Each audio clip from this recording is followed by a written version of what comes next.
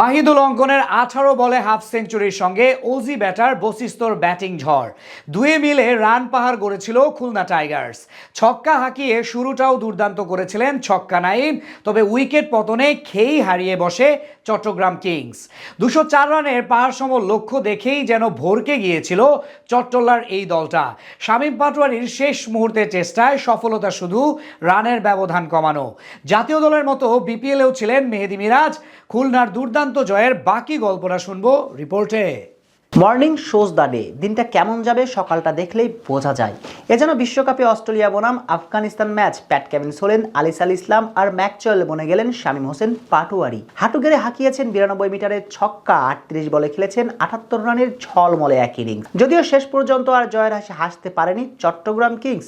11তম BPL এর দ্বিতীয় দিনের প্রথম ম্যাচে খুলনা টাইগার্সের মুখোমুখি চিটাগাং কিংস। টুর্নামেন্টের ভালো শুরুটা সবাই চায়, তাই দুই দলের জন্যই ছিল গুরুত্বপূর্ণ ম্যাচ। আর এমন গুরুত্বপূর্ণ ম্যাচে খুলনার বিপক্ষে টস জিতে ফিল্ডিং এর সিদ্ধান্ত নেন কিংস অধিনায়ক মিথুন আলী। আর ক্যাপ্টেনের বোলিং করার সিদ্ধান্ত নেওয়াটা যে কোনোভাবেই ভুল ছিল না সেটা প্রমাণ করেন আলিস। যদিও প্রথম 4 ওভার শেষে খুলনা তুলে নিয়েছিল 41 রান, কিন্তু পঞ্চম ওভারে বোলিং এ এসে আলিস আল ইসলাম বিদায় করেন নাইমকে।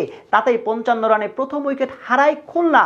এরপর থেকে মিরাজ আর উলিয়াম মিলে দেখে শুনে খেলতে থাকেন, গড়েন 52 রানের জুটি। তবে দলীয় 90 রানে খালেদ আহমেদের শিকার হয়ে প্যাভিলিয়নে ফিরেন খুলনা ক্যাপ্টেন। মিরাজের বিদায়ের পর ইব্রাহিম জাদরানও খুব একটা সুবিধা করতে পারেননি, তাকেও প্যাভিলিয়নের পথ দেখান খালেদ। এরপর আরো একবার চাপে পড়ে খুলনা, তবে খুলনাকে চেপে ধরার মূল কাজটা করেছিলেন মিথুন আলীর বাজির ঘোড়া আলিস আল ইসলাম। 15তম ওভারে বোলিং এসে বিদায় করেন আফিফকে।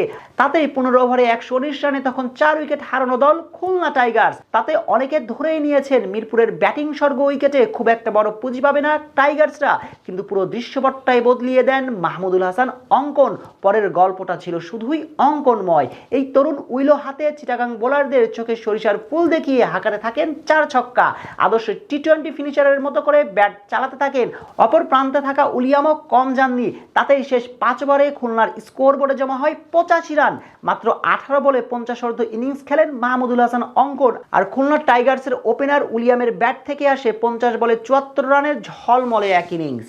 204 রানের টার্গেটে ব্যাট করতে এসে চিটাগাং ওপেনার নাইম ইসলাম প্রথম 4 বলে তুলে নেন 18 রান। যদিও দ্বিতীয় ডেলিভারিতেই বিদায় নিতে হয়েছিল তাকে, কিন্তু নো বলের কল্যাণে বেঁচে যান। সেই যাত্রায় বেঁচে গেলেও ওই ওভারে থমাসের কাছে কাটা পড়েন নাইম। সেখান থেকে আর ঘুরেই দাঁড়াতে পারেনি কিংস ব্যাটাররা ব্যস্ত ছিলেন যাওয়া আসার মিছিলে।